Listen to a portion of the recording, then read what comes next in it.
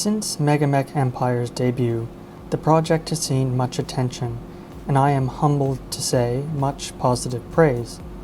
Still, the two questions I get asked the most are, how do I join? And I don't know if I have the time. Is it labor intensive? What does participating actually look like? Well, this video will hope to address some of those concerns. Step 1, you have to email the megamekempires@gmail.com email address. When you do this, you will be given a stock message in reply, which contains both a questionnaire, just a short one, to get some better idea as to your previous MegaMek and Battletech experience, and what exactly you would like to do as goals or as fighting in this Empire campaign. And you will also receive two versions of our spreadsheet, either a XLXS or ODS format. You can use either one of these to fill in the necessary information. So what is the necessary information you need to fill out in order to join? Well, here is an example empire. This spreadsheet is a little bit more filled out. You need a name for your empire, in this case Decapod 10. You can choose a flag to represent your nation. Here we have the Decapodian flag from Futurama. You can fill out information here in white, your empire leader. If you are going to be a member of an alliance or partnership, if you have found another nation, that is the only way to actually join. So this can't be filled in right away. Motto. You need to choose a name for your capital or starting city. You can fill in a description of your empire, and you can choose a color. In fact, I require you to pick a color to represent your nation on the world strategic map. When you start opening the spreadsheet, you will get a color that looks like this. Please do not pick white or black. And there is maybe one specific shade of blue which I am using for the ocean. That would be 0000FF in terms of hex. But anything else will pretty much do. And I will eventually choose an alternate color blindness representation just in case it's needed. Lastly, you also need to pick an email address to attach with this empire. And you can fill in some other contact information, such as your regular time zone, a forum handle, because we do have a forum, which it is definitely useful for you to sign up with. And you can add some contact information for AIM, ICQ, Discord, or anything else. Once you hand in this questionnaire and starting file, the admin will place your empire on the map, set it up, and create it for you. This will be the official start date for your empire, and return you two files, including the spreadsheet you just filled out, with some new information added. They will also give you a message of some things that need to be done, such as purchasing new hardware, deploying and choosing where to move any hardware that has arrived, hiring personnel, picking portraits for your pilots or warriors, which is optional, picking a camo or camos for your units, creating a rank structure if you so choose, or using one of the ones available. And you can also purchase ammunition, spare parts, and weapons or armor with the funds that have been granted to you. So, let's pretend this empire was just created. We received this file from the admin, and we're about ready to go. So A, we need to see what's been updated on our spreadsheet, and B, what do we need to do for the next turn? Well, when you join, you will be updated with the current game turn and when the next turn ends, which is always technically on a Sunday, but you have until noon the next day. The land area will be updated. You initially will start with 25 strategic map squares, representing 75 square kilometers, and you always start with the default 3061 population for your empire in those 25 map grid squares. Your starting allotment is $10 million. I know that sounds low, but every so often you will receive milestone money. So if you make it to turn 5, or if you have survived for 5 turns, you will get an additional influx of cash, same as if you reach turn 10, turn 25, turn 50, etc. I have decided to spread out the initial cash over a number of turns this way. That way people don't immediately buy assault or heavy mechs. This should feel like stepping stones, maybe starting with some infantry, tanks, and VTOLs and working your way ever stronger, because trust me, the money will begin to start snowballing in. So besides the 10 million allotment on your first turn, you will also get a little bit of taxation money from your population, the 3,000 or so people. Next, if we go to the diplomacy tab, you'll see that some of these messages, for example, still remain. Eventually, I, as the admin, will delete these if you do not. The faction relation tab will show up with just your empire. As you run into and encounter other players on the strategic map, their information will show up here. And if you trade with them for other contact information, perhaps paying them a fee, you will also see that information show up here as well. There is a declare movement tab here to the spreadsheet, which this is where you will show what units are moving and where. Here you can see some of the above examples that have been given on how to report units that are moving. And the strategic map will have been updated. Here is the Decapod 10 capital of Anchovy, located at strategic map grid ZO by 444. These are the 25 strategic map cells that this empire currently owns. It receives a capital plus 4 urban centers for a total of 5 urban buildings, the capital not having any population. You will receive 4 deployment structures. All battle mechs will deploy from your mech factory. All vehicles except for VTOLs will deploy from the vehicle base. The airport will house all aircraft of aerospace, conventional, and VTOL format, and the infantry barracks will have all infantry and battle armor deployed from this particular grid. You can see there are some terrain features around here, such as heavy woods, mountains, and a ocean tile. Anything that is to the vertical or horizontal of a strategic map tile that you own will show up.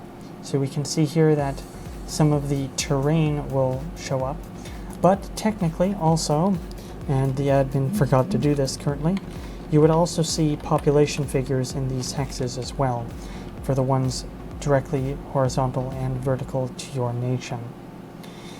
You can use the Declare Movement tab and the Strategic Map to decide where you want units to move.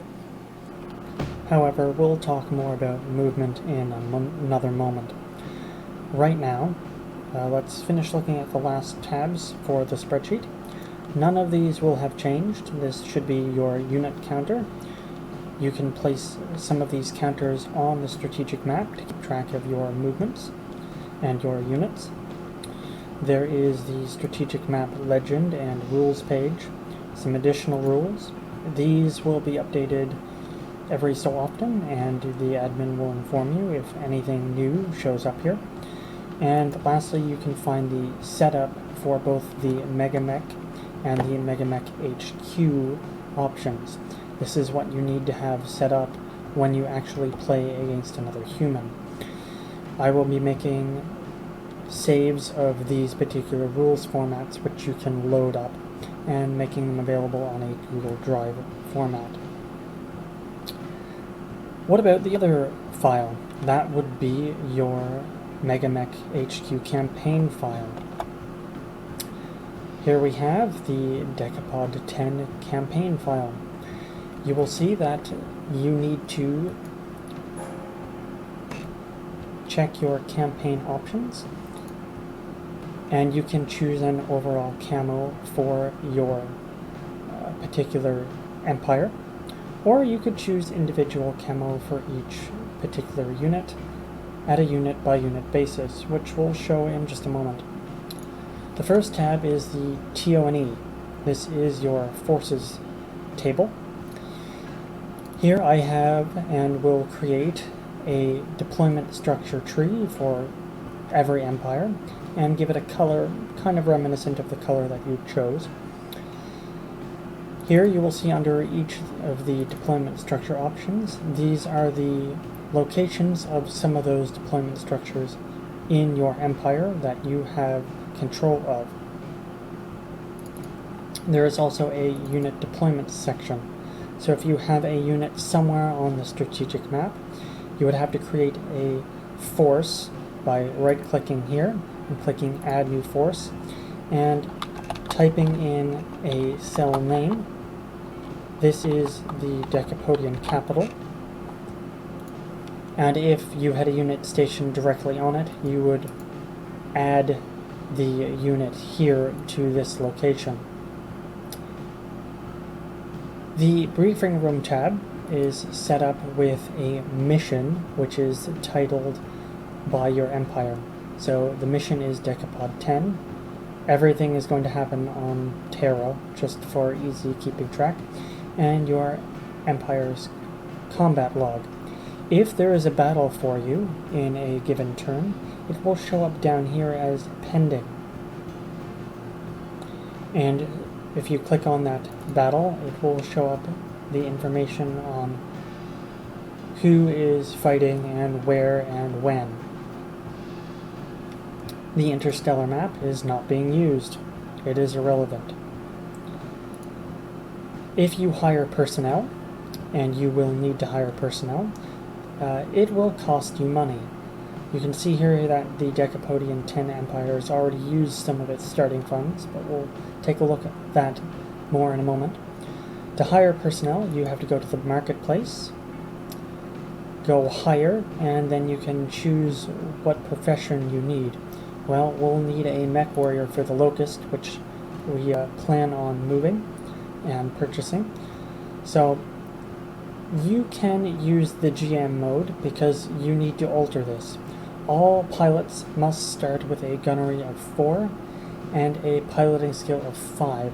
That's regardless if they are a mech warrior or a vehicle crew or an aerospace pilot, etc. So we would have to edit the statistics of this person and make sure that they are a 4 and 5 in gunnery and piloting. The only extra ability they're allowed to have is small arms. Doesn't matter the level. Mech warriors generally won't be fighting as infantry. You might see from time to time that they have a tactics skill. Just simply uncheck that. You might find that they have an ability, a special ability. These must be earned by using XP. So if one of these is checked, you have to uncheck it. You'll know if they have a special ability because it will show up under injury penalties. And then you have to hire that person. Don't hit add by GM. Hire them. And they'll show up under your personnel roster. It is a good choice to hire a doctor right away. Make sure that their statistics have them at a skill of 4. All support personnel will start at level 4 for their profession, and we hire this person. It is important to have a tech. If you have a mech, that would be a mech tech. If you have vehicles, those would be mechanics. If you have aircraft, you will need aerotechs. VTOLs are also mechanics. But since we are planning on purchasing a Locust, we will hire a mech tech, and they start at level 4. So that is how we hire personnel. Simple and straightforward. How do we purchase equipment? Well, we need to purchase a unit. You can choose any available unit given your starting position. If you are a clan-only player, please only choose clan equipment. If you are an Inner Sphere-only player, please only use Inner Sphere equipment. You can tell the difference based off of the tech level. Some individuals have chosen to play as 30-25 tech only, so they cannot use tech that is above the year of 30-25. But the vast majority of players, more than 75%, have chosen a mixed tech level. So they can use either clan or Inner Sphere equipment from any year. We are looking for a Locust. I can choose mech type or a specific type of unit if I want to narrow down the information on a page. I can choose weight class or some other feature here. I know a Locust is a light mech, so I'm going to go with light. And I can sort by name, by model, by weight, by clicking on these different options here. Locust starts with L, so we'll use the chassis name. And I'm going to pick up at Locust 3V. Again, make sure you do not add by GM. You are purchasing with your unit's money. So if I click buy here, you'll notice that the funds our unit has available will drop. Now if I go to the hangar, the Locust is showing up, but it is not available yet. It takes time for things to transit to your empire. I consider this your empire has to build or train the unit in question, or the pilot in question, which is using this unit, so it won't be available for a number of days. However, each turn is worth 7 days, so you can see here that it will take 1 turn and a portion of a next turn in order for this unit to arrive. Now, our turn started on July 13th, and it ends on the Sunday. So if I advance the turn up to the Sunday, July the 26th, sure, this Locust isn't going to show up, but the Ferret will. So chances are, even if you purchase units, something will arrive that very first week that you can move. The longest wait for a unit is 14 days. There is a roll of 2d6 plus 2. So at most, you will have to wait perhaps 1 turn, maybe 2 if you purchase a unit on the last day of a week to show up. So you won't be waiting long. You can see here that there are a variety of colors. The black denotes the unit which I currently have selected and is showing up. Gold represents a unit that still has a transit time, is awaiting showing up in your hangar, or is damaged. Red means that something needs to be addressed. You can see here we have purchased some foot platoon LRM equipment, but it is red. There are no soldiers here. We have not hired anyone to outfit this LRM unit. I can right-click on it and say hire full complement, and instantaneously we have hired personnel. And you can see here that they have shown up in our personnel roster. I need to make sure that at least the main person in this unit is a infantry level of 4 in both small arms and anti-mech, as that is the person who is going to show up as the main infantry commander for the unit. So I would adjust the levels for this veteran soldier. I can give them a rank. I can change the rank system to any one available. and I can give them a rank. And as they are the sergeant and the senior-most member of this platoon, they are the one that has rank 4-4. You can see we have a Zeus, some Savannah Masters, and a Ferret available to move. We can see here that we have an empty warehouse. We can go and purchase parts or ammunition. So I could go here and purchase some autocannon 5 ammunition. I could purchase a spare gyro for a battle mech. Again, I am not using add GM. In fact, you can leave this turned off so that option is not available to trick you.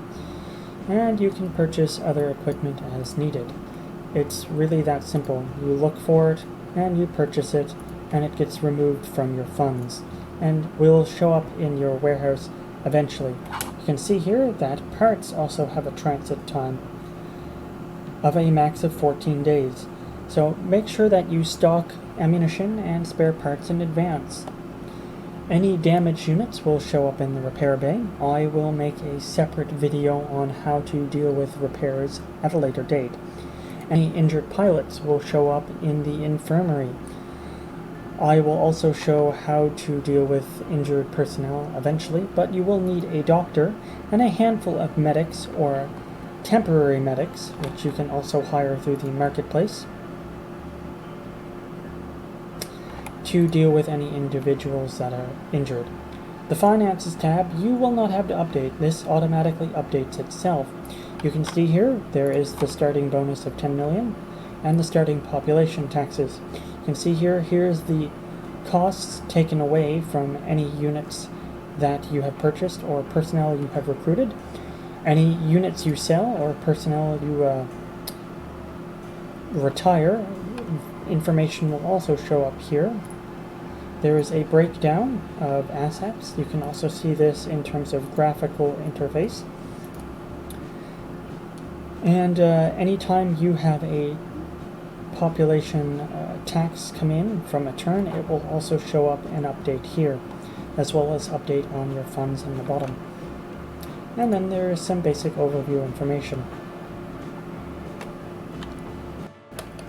So what might a standard player turn look like? What does it involve? How much time is this going to take?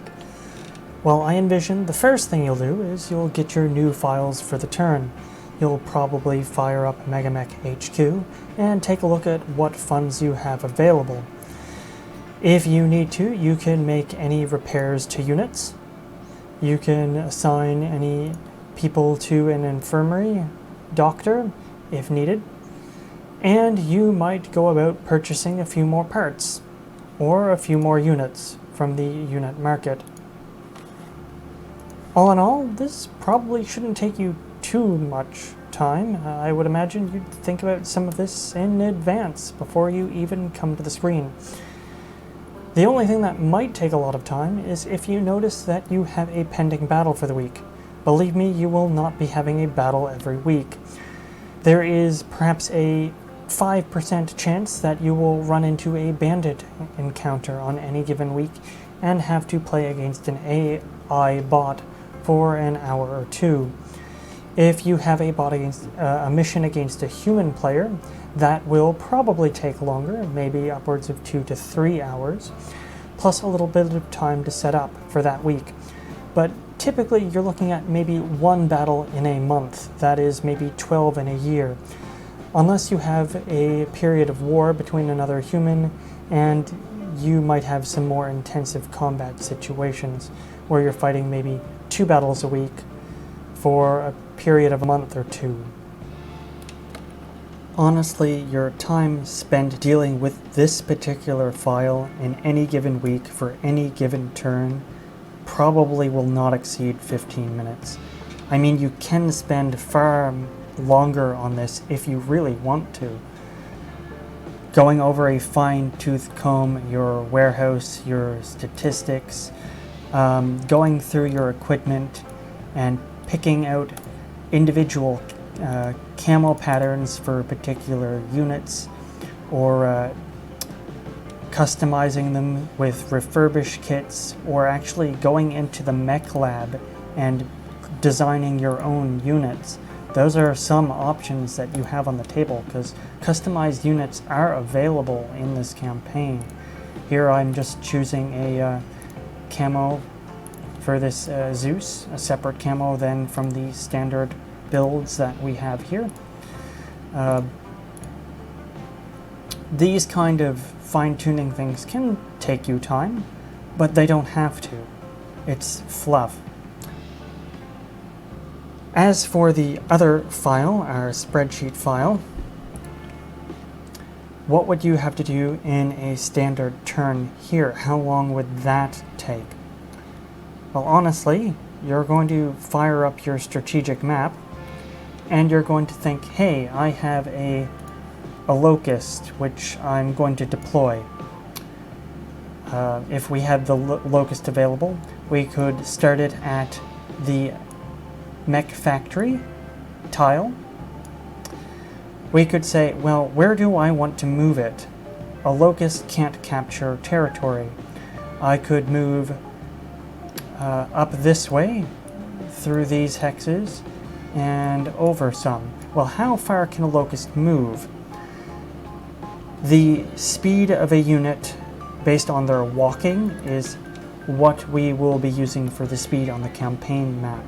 So in that case, a locust can move a max of 8 map tiles. A Zeus can move a maximum of 4 map tiles. A Savannah Master can move a maximum of 13. The only units that can capture territory in MegaMek Empires are heavy and assault units.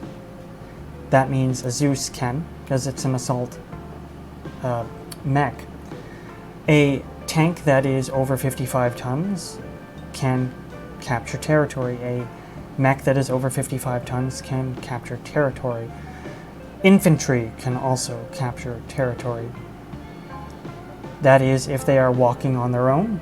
That is if they are mounted in an APC. If they are mounted on VTOLs, it's a little different. We require them to spend 4 movement turns on a particular strategic map tile in order to capture. That way, VTOLs, which can move very far, aren't and are not restricted by water tiles, cannot capture a lot of terrain, being such cheap units that they are. Now, if we have an assault mech, such as the Zeus, I could maybe copy and paste the counter here onto a hex. I can drag this over to the mech factory, because all mechs have to deploy on a mech factory, all vehicles have to deploy on a vehicle base, all aircraft, including VTOLs, have to deploy on the airport, etc. And think, where am I going to move this unit? Well, if I move across this river here, a river takes 3 movement in order to go into that hex, or that tile per se.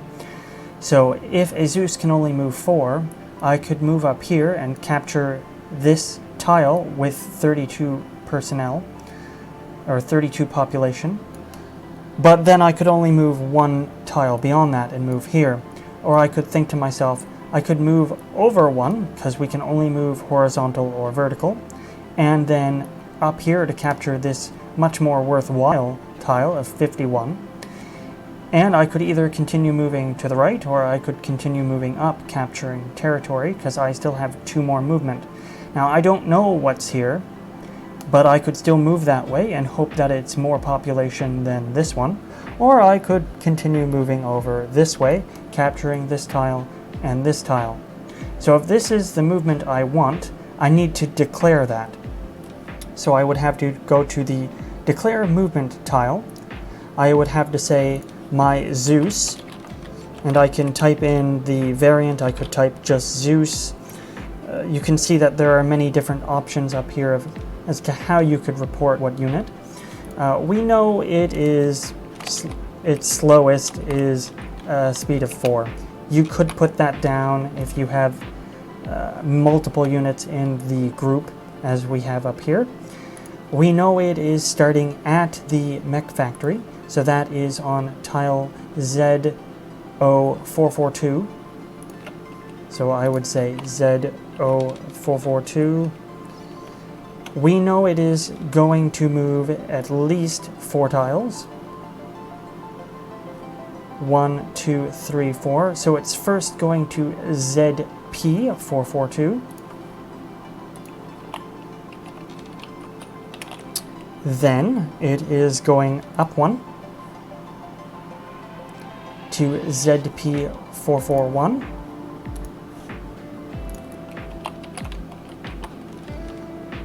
And then it is moving further over. From ZP it moves to ZQ and then ZR441.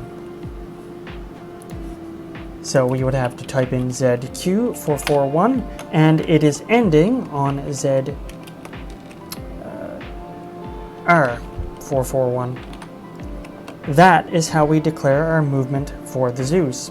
And for the Locust, we would think, hey, well, when we move this, it went up this way and over to the right. So it's going to need to expend 3 of its 8 movement to cross the river. So that's 3, 4, 5, 6, 7. In fact, we could move it potentially 1 more. You don't have to. You could move it less than the available movement points it has. We'll just leave it here, and we'll have to say Locust. And I can even type in just the variant, LCT3V. Slowest. It can move a max of 8, really. It has to start on the same map tile because that's where it's deploying from. If it was already on the map, it could start from wherever it is last positioned. And we're going up. So ZO441, and we kept going. So ZO440, ZO439, ZO438. I don't recall exactly how far it went up. Only to 49. Then we started moving to the right. So we would instead say ZP439, ZQ439, or whatever we ended up stopping on. We stopped on ZQ. So again, that we would have to put as the end movement. And that's all we would have to do. So in a typical week, all you would be doing on this file is looking at your strategic map and maybe moving your counters, which represent your units. That is pretty much all. You could potentially type up a message to another player. Maybe if we knew someone, we could type in example nation 4 and say, hey, would you like to trade? And the admin would end up dealing with this on the back end, sending this message to the other empire. If you knew the person's email and who was controlling the empire, you could email them as well. But this is just another option in terms of playing the game. But this is something else that you might do on this particular file.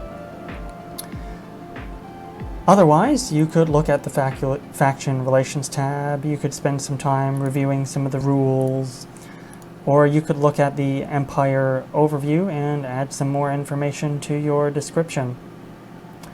Because all of this gets updated for you. Again, this might take you maybe 15 minutes. It depends how many units you have and how much you want to move them. Once you start bumping into other empires and establish a front line, you might just spend more time looking at this rather than actually moving units around. Really, you're not going to spend a lot of time every week or every particular turn unless you have combat, and combat is not going to happen all the time. Naturally, there is a reason that there is no research, like in the former Neverend Online. There is a reason there is no resource collection beyond just a population. This is a very down-to-earth, simple game. that a lot of people should be able to take part in, and it was designed this way for a reason. It has maximum flexibility because you can choose which continental or zone region you want to play in, 3025 era, clan only, mixed, etc. That way it caters to different player bases. Also, the focus is on the diplomacy, on talking with one another, and on combat. So when combat does take place, you're facing off against another human, unless it's bandits or pirates.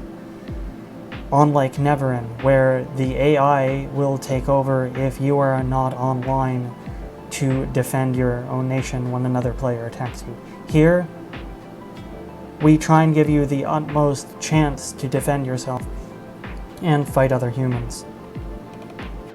Other human beings can be understanding and can be reasoned with, as I have no doubt you, like myself, have found the Battletech community to be very supportive of one another, to be quite loyal to the franchise, and very passionate about the games that have come out and the lore behind this universe. That said, if you do have a scheduled battle with another player and cannot take part in one that particular turn, that particular week, I'm sure they could be reasoned with to hold it off for one more week. But if you can't commit to a single engagement in a 14-day period, perhaps you could just let them play against AI. Perhaps you could nominate another person to play in your stead, or even the admin or staff could even assist you in that manner. There are ways to keep the game going. And should you be unable to partake in the game for a number of turns or a while due to real-life events, there is a built-in system for that in this game. That's the peacekeeping mode. The admin will protect your empire for you while you're away to a wedding, a funeral, because you had an operation, if you were on a deployment, if you're in the military, etc. There are ways that we can have you bow out for a little while, but give the players around you no little rest. The admin peacekeeping forces could be attacked to farm salvage off of, or so forth. So such things have been kept in mind, and we're trying not to scare away players for those reasons. That's all for now. Thank you for watching, and once again, I'll have some tutorial videos for this again in the future.